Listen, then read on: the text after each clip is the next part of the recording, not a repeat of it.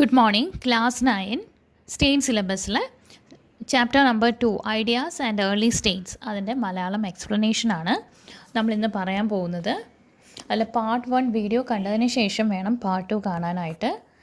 Page number 30 മുതലാണ് ഇന്നിതിൽ പറഞ്ഞു തുടങ്ങുന്നത്. അപ്പോൾ നമുക്ക് പാഠഭാഗത്തിലേക്ക് കിടക്കാം. Gautama Buddha, original name Siddhartha. അപ്പോൾ യഥാർത്ഥ പേര് സിദ്ധാർത്ഥൻ എന്നാണ് ഗൗതമ ബുദ്ധൻ്റെ. Born in Lumbini, Kapilavastu in Nepal. നേപ്പാളിലെ കപിലവസ്തുവിലുള്ള ലുംബിനിയിലാണ് ജനിച്ചത്. Attained enlightenment at Bodh Gaya in Bihar. ബീഹാറിലെ ബോധ് ഗയയിൽ വെച്ച് ബോധോദയം നേടി. Attained നിർവണ at കുശിനഗര. നിർവ്വാണം പ്രാപിച്ചത് കുശിനഗരയിലാണ്. അതിൽ ബോക്സിനകത്ത് അഷ്ടാംഗമാർഗ, റൈറ്റ് വിഷൻ. റൈറ്റ് വിഷൻ എന്ന് വെച്ചാൽ എന്താണ്? ശരിയായ വീക്ഷണം. അതുപോലെ റൈറ്റ് ഇൻറ്റൻഷൻ, ശരിയായ ചിന്ത. റൈറ്റ് സ്പീച്ച്, ശരിയായ വാക്ക്. റൈറ്റ് ആക്ഷൻ, ശരിയായ പ്രവൃത്തി. റൈറ്റ് ലൈവ്ലിഹുഡ്, ശരിയായ ജീവിതം. റൈറ്റ് എഫേർട്ട്, ശരിയായ പരിശ്രമം. റൈറ്റ് അവെയർനെസ്, ശരിയായ സ്മരണ. റൈറ്റ് മെഡിറ്റേഷൻ, ശരിയായ ധ്യാനം. ഇത്രയാണ്. ഇനി മിഡിൽ പാത്ത് എന്താണ് എന്ന് നോക്കാം. The Buddha forbade a person from taking up severe asceticism. Similarly, Buddha rejected luxurious living. He suggested a middle path between the two. അതായത് ഒരു വ്യക്തി കഠിനമായ സന്യാസം സ്വീകരിക്കുന്നതിനെ ബുദ്ധൻ വിലക്കുകയാണ്. അതുപോലെ ആർഭാട ജീവിതം നയിക്കുന്നതിനെയും ബുദ്ധൻ നിരാകരിക്കുന്നു. രണ്ടിനും ഇടയിലുള്ള മധ്യമാർഗത്തെയാണ് ബുദ്ധൻ നിർദ്ദേശിക്കുന്നത്. ബുദ്ധാസ് പ്രിൻസിപ്പൽസ്, ബുദ്ധൻ്റെ തത്വങ്ങളാണ്. Life is full of sorrows. ജീവിതം ദുഃഖമയമാണ്. Desire is the cause of sorrow. അപ്പോൾ ആശയാണ് ദുഃഖത്തിന് കാരണം. If desire is destroyed, sorrow will disappear. അപ്പോൾ ആശയെ നശിപ്പിച്ചാൽ ദുഃഖം ഇല്ലാതാകും. To achieve this the 8-fold path അഷ്ടാംഗമാർഗ ഷുഡ് ബി ഫോളോഡ്. അതിനായിട്ട് നമ്മൾ എന്ത് ചെയ്യണം? അഷ്ടാംഗമാർഗം അനുഷ്ഠിക്കണം എന്നാണ് ബുദ്ധൻ പറയുന്നത്. ഇനി അടുത്തത് സ്തൂപാസ്, സ്തൂപങ്ങൾ. അതെന്താണെന്ന് നോക്കാം. Stupas are buildings built on sites where the physical remains of Buddha or objects used by Buddha were buried. അതായത് ബുദ്ധൻ്റെ ഭൗതിക അവശിഷ്ടങ്ങളോ ബുദ്ധൻ ഉപയോഗിച്ച വസ്തുക്കളോ അടക്കം ചെയ്ത സ്ഥലങ്ങളിൽ നിർമ്മിക്കുന്ന കെട്ടിടങ്ങളെയാണ് സ്തൂപങ്ങൾ എന്ന് പറയുന്നത്. Stupas are made in a semicircular shape. They are rich in carvings. Sanchi and Sarnath stupas are famous. അപ്പോൾ വൃത്താകൃതിയിലാണ് സ്തൂപങ്ങൾ നിർമ്മിച്ചിരിക്കുന്നത്. കൊത്തുപണികളാൽ സമ്പന്നമാണ് സ്തൂപങ്ങൾ. സാഞ്ചി, സാരാനാഥ് എന്നിവിടങ്ങളിൽ സ്തൂപങ്ങൾ പ്രസിദ്ധമാണ്. Sanghas or monks, monastic orders were formed to propagate Buddhism. All people were admitted to the Sangha regardless of caste and gender. Women of the Sangha were known as Bhikshunis and the men were called Bhikshus. അതായത് ബുദ്ധമത പ്രചരണത്തിനായിട്ട് സന്യാസിമാരുടെ സംഘങ്ങൾ രൂപീകരിച്ചിരുന്നു. ജാതി, ലിംഗ പരിഗണനകളൊന്നും കൂടാതെ എല്ലാവരെയും സംഘത്തിൽ ഉൾപ്പെടുത്തി. സംഘത്തിലെ സ്ത്രീകൾ ഭിക്ഷുണികൾ എന്നും പുരുഷന്മാർ ഭിക്ഷുക്കൾ എന്നുമാണ് അറിയപ്പെട്ടിരുന്നത്. Decisions were made in the Sangha through discussions and opinion of the majority. ചർച്ചകളിലൂടെയും ഭൂരിപക്ഷ അഭിപ്രായത്തിലൂടെയുമായിരുന്നു സംഘങ്ങളിൽ തീരുമാനങ്ങൾ എടുത്തിരുന്നത്. Buddha describes the monastic order thus just as river flow into the ocean and became one. Once a person becomes a member of the Buddhist Sangha, that person loses her name, forgets the caste, rank and family.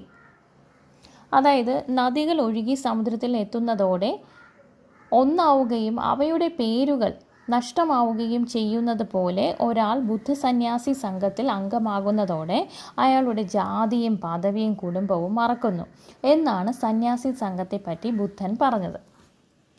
Later, Buddhism split into Mahayana and Hinayana. The followers of Mahayana worshipped Buddha as God. Buddhism has made many contributions to the culture of India. The working of the Sangha helped to inculcate the sense of democracy and values of the society. അതായത് പിൽക്കാലത്ത് ബുദ്ധമതം മഹായാനം, ഹീനയാനം എന്നിങ്ങനെ രണ്ടായി പിരിഞ്ഞു. മഹായാനക്കാർ ബുദ്ധനെ ദൈവമായി ആരാധിച്ചു. ബുദ്ധമതം ഇന്ത്യയുടെ സംസ്കാരത്തിന് നിരവധി സംഭാവനകൾ നൽകിയിട്ടുണ്ട്. ബുദ്ധമത സംഘത്തിൻ്റെ പ്രവർത്തന രീതി സമൂഹത്തിൽ ജനാധിപത്യ ബോധവും മൂല്യബോധവും വളർത്തുന്നതിന് സഹായകരമായി. അടുത്തത് ബോക്സിലുള്ളത് ദ വേൾഡ് റെക്കഗ്നൈസസ് ഇന്ത്യ. ലോകം ഇന്ത്യയെ അറിയുന്നു. Ancient world recognized India through Buddhism. Buddhism spread to Sri Lanka, China, Japan, Burma, Myanmar, Tibet, Afghanistan and Southeast Asia. ലോകം ഇന്ത്യയെ അറിയുന്നു. പ്രാചീന ലോകം ഇന്ത്യയെ തിരിച്ചറിയുന്നത് ബുദ്ധമതത്തിലൂടെയാണ്. China, Japan, Burma, Tibet, Afghanistan, തെക്കുകിഴക്കൻ ഏഷ്യ, ശ്രീലങ്ക തുടങ്ങിയ പ്രദേശങ്ങളിൽ ബുദ്ധമതം പ്രചരിച്ചു. ഇനി അടുത്തതായിട്ട് Kerala and Buddhism. Buddhist believes were prevalent in Kerala also. കേരളവും ബുദ്ധമതവും. ബുദ്ധവിശ്വാസങ്ങൾ കേരളത്തിലും പ്രചാരത്തിലുണ്ടായിരുന്നു. Manimekalai, the heroine of the ancient Tamil work മണിമേഖലായി is said to have embraced Buddhism. അതായത് പുരാതന തമിഴ് കൃതിയായ മണിമേഖലയിലെ നായികയായ മണിമേഖല ബുദ്ധമതം സ്വീകരിക്കുന്നതായാണ് പറയുന്നത്. Buddha statues and some other remains have been found from various places in Kerala. കേരളത്തിലെ വിവിധ സ്ഥലങ്ങളിൽ നിന്ന് ബുദ്ധപ്രതിമകളും മറ്റു ചില ശേഷിപ്പുകളും ലഭിച്ചിട്ടുണ്ട്. Some Malayalam words and names of places indicate Buddhist influence. മലയാളത്തിലെ ചില വാക്കുകളും സ്ഥലനാമങ്ങളും ബുദ്ധമത സ്വാധീനത്തെ സൂചിപ്പിക്കുന്നതാണ്. Page how did Buddha respond to the socio economic conditions that prevailed in the 6th century BCE. BCE 6ാം നൂറ്റാണ്ടിൽ നിലനിന്ന സാമൂഹിക സാമ്പത്തിക സാഹചര്യങ്ങളോട് ബുദ്ധൻ എങ്ങനെയാണ് പ്രതികരിച്ചതെന്ന് ചർച്ച ചെയ്യാൻ പറയുകയാണ്. അതിന് കുറച്ച് ഇൻഡിക്കേഷൻസ്, അതായത് സൂചനകൾ തന്നിട്ടുണ്ട്. അത് ഒന്നാമത്തത് വേദിക് പ്രാക്ടീസസ്, അതായത് വേദ ആചാരങ്ങൾ, വർണ്ണ സിസ്റ്റം, വർണ്ണ വ്യവസ്ഥ, സ്റ്റാറ്റസ് ഓഫ് വിമൻ, അതായത് സ്ത്രീകളുടെ പദവി. Find out and list the common ideas propounded by Buddha and Mahavira. ബുദ്ധനും മഹാവീരനും മുന്നോട്ട് വെച്ച പൊതു ആശയങ്ങൾ കണ്ടെത്തി പട്ടികപ്പെടുത്തുക എന്നാണ് പറഞ്ഞിരിക്കുന്നത്. നെക്സ്റ്റ് ബോക്സിലുള്ളത് മെറ്റീരിയലിസം. അപ്പോൾ എന്താണ് മെറ്റീരിയലിസം എന്ന് നോക്കാം.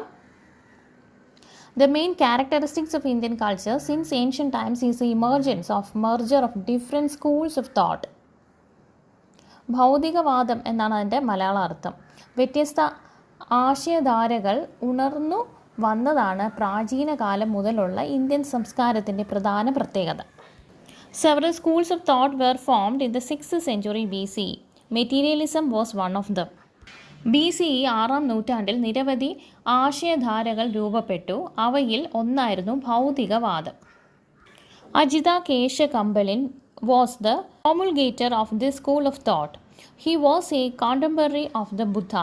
The materialist opinion that all religious practices are meaningless and that there is neither ihaloha or paraloha, this world or the other world. Ajita Keshakambalin ആയിരുന്നു ഈ ചിന്താധാരയുടെ പ്രചാരകൻ. അദ്ദേഹം ബുദ്ധൻ്റെ സമകാലീനനായിരുന്നു. എല്ലാ മതാനുഷ്ഠാനങ്ങളും അർത്ഥശൂന്യമാണെന്നും ഇഹലോകം പരലോകം എന്നിവയില്ലെന്നും ഇവർ അഭിപ്രായപ്പെട്ടു. The materialist said humans are made up of 4 elements. When they die, the solid matter dissolves in the earth. Liquidity dissolves in water, heat in fire, breath in air, and senses in vacuum. ഭൗതികവാദികൾ ഇങ്ങനെ പറഞ്ഞു: മനുഷ്യർ 4 ഘടകങ്ങളാൽ നിർമ്മിതമാണ്. അവർ മരിക്കുമ്പോൾ അവരിലെ ഖരാംശം ഭൂമിയിൽ ലയിക്കുന്നു, ദ്രവാംശം വെള്ളത്തിലും, ചൂട് തീയിലും, ശ്വാസം വായുവിലും, ഇന്ദ്രിയങ്ങൾ ശൂന്യാന്തരീക്ഷത്തിലും ലയിക്കുന്നു. അടുത്തതായിട്ട് next page, Mahajanapadas of the early states. ബോക്സിനകത്തുള്ളത് as long as such decisions are taken together after discussion, as long as they work together, as long as elders are respected, supported and listened to carefully, as long as the women of Vaji live freely, as long as the places of worship in villages and cities exist, as long as people of different faith can move about freely, as long as they are respected, Vaji will exist.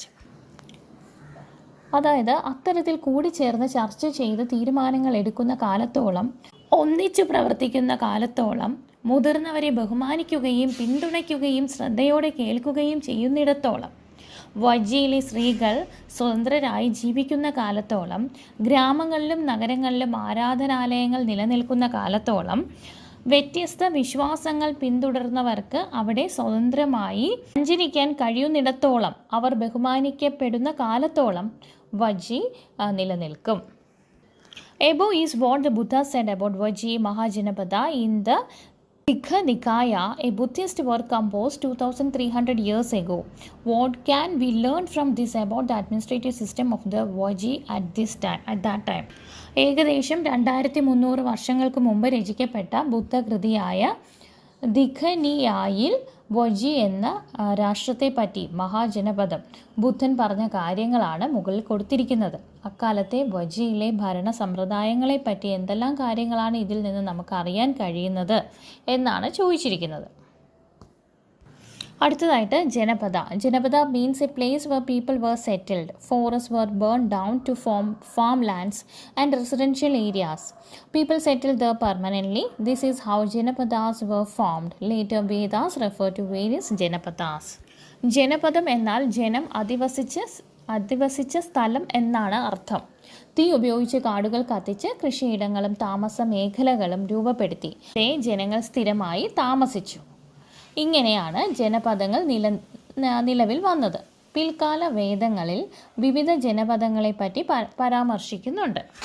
Vajji was one of the many states in India in the 6th century BCE. Let us examine how these states were formed.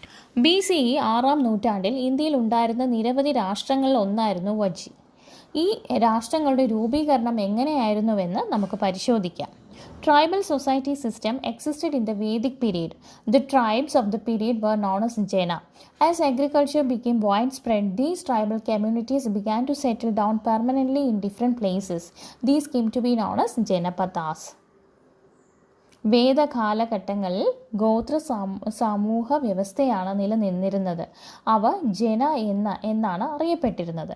കൃഷി വ്യാപകമായതോടെ ഈ ഗോത്ര സമൂഹങ്ങൾ എന്ത് ചെയ്തു? ഒരിടത്ത് സ്ഥിരമായി താമസിക്കാൻ തുടങ്ങി. ഇവയെ ജനപദങ്ങൾ എന്ന് അറിയപ്പെട്ടു. Agricultural surplus production in the Janapadas led to the growth of trade as well as development of towns. അതായത് ഈ ജനപദങ്ങളിലെ കാർഷിക മിച്ചോൽപാദനം കച്ചവടത്തിൻ്റെയും നഗരങ്ങളുടെയും വളർച്ചയിലേക്ക് നയിച്ചു. Along with trade, towns became manufacturing centers for different craft. കച്ചവടത്തോടൊപ്പം വ്യത്യസ്ത കരകൗശല വസ്തുക്കളുടെ നിർമ്മാണ കേന്ദ്രങ്ങളായി നഗരങ്ങൾ മാറി. Some regulations become necessary to coordinate and regulate such diverse economic activities. In this situation, the tribal form of governance disappeared. ഇത്തരത്തിലുള്ള വ്യത്യസ്തമായ സാമ്പത്തിക പ്രവർത്തനങ്ങളെ ഏകോപിപ്പിക്കാനും ക്രമപ്പെടുത്താനും ചില നിയന്ത്രണങ്ങൾ ആവശ്യമായിരുന്നു. ഈ പശ്ചാത്തലത്തിൽ ഗോത്രങ്ങളെ അടിസ്ഥാനമാക്കിയ ഭരണവ്യവസ്ഥ അപ്രത്യക്ഷമായി. The inextricable relationship with agriculture and the soil started during this time. This gave rise to the view of one's own land. കൃഷിയോടും മണ്ണിനോടുമുള്ള ഇഴപിരിയാത്ത ബന്ധം ഇക്കാലത്ത് വളർന്നു വന്നു. ഇത് അവരവരുടെ പ്രദേശം എന്ന കാഴ്ചപ്പാട് രൂപപ്പെടുത്തി. This is how state formation became a reality. The Buddhist work Anguttara Nikaya speaks of 16 political entities that came into being in this way. These were known as Mahajanapadas. ഇങ്ങനെയാണ് രാഷ്ട്ര രൂപീകരണം യാഥാർത്ഥ്യമായി തീർന്നത്. ബുദ്ധകൃതിയായ അംഗോത്തര നികായത്തിൽ ഇത്തരത്തിൽ നിലവിൽ വന്ന 16 രാഷ്ട്രങ്ങളെപ്പറ്റി പറയുന്നുണ്ട്. ഇവ മഹാജനപദങ്ങൾ എന്നാണ് അറിയപ്പെട്ടത്. The changes described above are referred to as second urbanization by historians. മേൽ വിവരിച്ച മാറ്റങ്ങളെ ചരിത്രകാരൻ രണ്ടാം നഗരവൽക്കരണം എന്നാണ് വിശേഷിപ്പിക്കുന്നത്. Find out and list 16 Mahajanapadas from the map given below. അതായത് താഴെ കൊടുത്തിരിക്കുന്ന മാപ്പിൽ നിന്ന് 16 മഹാജനപദങ്ങളെ കണ്ടെത്തി എഴുതാനാണ് പറഞ്ഞിരിക്കുന്നത്. അടുത്തതായിട്ട് ആ ബോക്സിലുള്ള സിറ്റീസ് നോക്കാം. After a long journey Buddha and his disciple Ananda reach the city of Kushinagara. The Buddha's nirvana was also discussed among many things. അതായത് ദീർഘനാളത്തെ യാത്ര കഴിഞ്ഞ് ബുദ്ധനും ശിഷ്യനായ അനന്തനും കുശിനഗരത്തിൽ എത്തിച്ചേർന്നു. നിരവധി കാര്യങ്ങൾ സംസാരിച്ച കൂട്ടത്തിൽ ബുദ്ധൻ്റെ നിർവാണവും കടന്നു വന്നു. Buddha suggested Buddha that he should not attain nirvana at a place like Kushinagara where there were only mud huts in a forest. Instead, the Buddha Select bigger cities like Chamba, Rajgriha, Shravasti, Saketa, Kausambi or Varanasi for his last breath. അതായത് കാട്ടിനുള്ളിലെ മൺകുടിലുകൾ മാത്രമുള്ള കുശി നഗരത്തിൽ വെച്ച് മരണത്തെ വരിക്കരുതെന്നും ചമ്പ, രാജഗൃഹ, ശ്രാവസ്തി, സാകേത, കൗസാംബി, വാരാണസി തുടങ്ങിയ വലിയ നഗരങ്ങളിലായിരിക്കണം അന്ത്യശ്വാസത്തിനായി തിരഞ്ഞെടുക്കേണ്ടതെന്ന് ആനന്ദൻ അഭിപ്രായപ്പെട്ടു. അപ്പോൾ നമുക്ക് ഇത്രയും മതി. അടുത്ത പേജ് മുതൽ അടുത്ത പാർട്ടായിട്ട് നമുക്ക് പഠിക്കാം. Thanks for watching.